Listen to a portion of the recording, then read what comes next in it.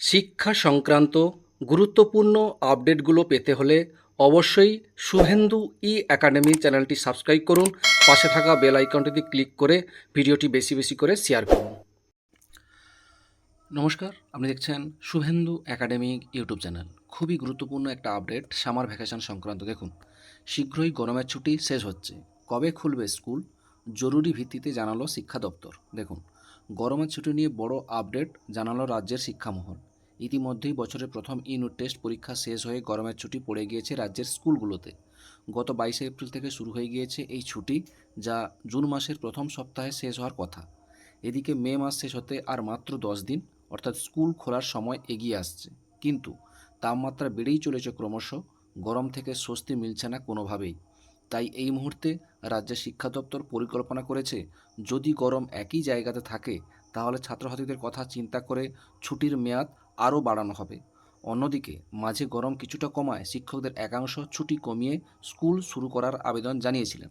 কারণ স্কুলে স্কুলে এখন একাদশ শ্রেণীতে ভর্তি ও উচ্চ মাধ্যমিকের মার্কশিট দেওয়ার কাজ চলছে। তাহলে সামার ভ্যাকেশন কাটিয়ে ঠিকঠাক কবে খুলছে স্কুল, কত তারিখ পর্যন্ত বাড়ল ছুটি, জেনে নেব শিক্ষা দপ্তরের আপডেট। তীব্র গরমের দাবদাহে পড়ে চলছে বাংলা। মাঝে এক সপ্তাহ গরমের হাত থেকে রেহাই পেয়েছিল রাজ্যবাসী। আবার যেইকে সেই বেলা 10টা বাজলেই শুরু হচ্ছে তাপপ্রবাহ। বিকাল 4টা পর্যন্ত রোদের তাপে বাইরে পা রাখা যাচ্ছে না। এই পরিস্থিতিতে পড়ুয়াদের স্বাস্থ্যের কথা চিন্তা করে স্কুলগুলোতে দিয়ে দেওয়া হয়েছে গরমের ছুটি। বছরের প্রথমে ঘোষণা করা হয়েছিল এবছর গরমের ছুটি পরিমাণ কমানো হবে। মোট 10 দিন থাকবে সেই ছুটি, যা মে মাসের 6 তারিখ থেকে শুরু হওয়ার কথা ছিল। কিন্তু পরে তাপমাত্রার দিকে লক্ষ্য রেখে মুখ্যমন্ত্রী স্বয়ং 22 এপ্রিল থেকে গরমের ছুটি ঘোষণা করে দিয়েছিল। 10 দিনের বদলে মোট 22 দিন ছুটি দেওয়া হয়েছে, রবিবার এবং অন্যান্য ছুটির দিনগুলো বাদ দিয়ে। আগামী 2রা জুন ছুটি শেষ হয়ে আবার স্কুলগুলো চালু হওয়ার কথা রয়েছে। কিন্তু এই মুহূর্তে কি খোলার সম্ভাবনা রয়েছে স্কুলগুলো? চিকিৎসকরা জানিয়েছেন, বর্তমানে যেভাবে তাপপ্রবাহ চলছে তাতে খুব দরকার না পড়লে কারোরই বাইরে না বেরোনোই ভালো। সেই সঙ্গে প্রত্যেককে পর্যাপ্ত পরিমাণে জল এবং গ্লুকোজ খাওয়ার পরামর্শ দিয়েছে তারা। কারণ এই গরমে শরীর জলশূন্য হয়ে পড়লেই ঘটে যেতে পারে চরম দুর্ঘটনা।